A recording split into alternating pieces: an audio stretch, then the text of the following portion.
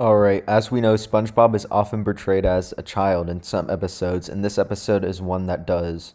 But does it do it well? Guess we're gonna have to find out. But first, what happens in this episode is that SpongeBob gets the craving for a midnight snack and opens the fridge to make his snack.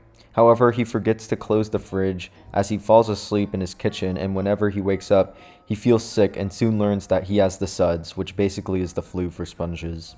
After getting kicked out of work for being sick, SpongeBob calls Sandy to help escort him to the doctor's office.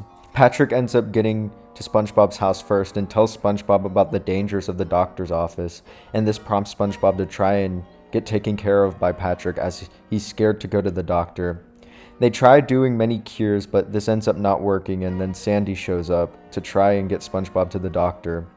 After a few minutes, SpongeBob is finally convinced to go and he gets the sponge treatment from them and he finally gets better, and Patrick also gets what he deserves in the end. I think that this episode has a good portrayal on the average child's first reaction to going to the doctor.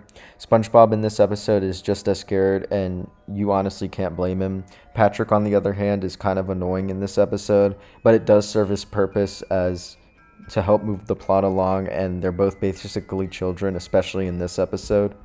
He also does get what he deserves by the end of the episode, which often isn't seen in SpongeBob episodes, so that's a plus. I do think that this episode is pretty simple, but I think the way that it flows is what carries it. It really doesn't try to be too over the top, but it isn't just another typical boring story, as it adds the right amount of SpongeBob charm that the episode needs. All this leads me to give this episode a 7 out of 10, putting it above Sandy's Rocket, as both episodes are kind of similar, but below or under Opposite Day.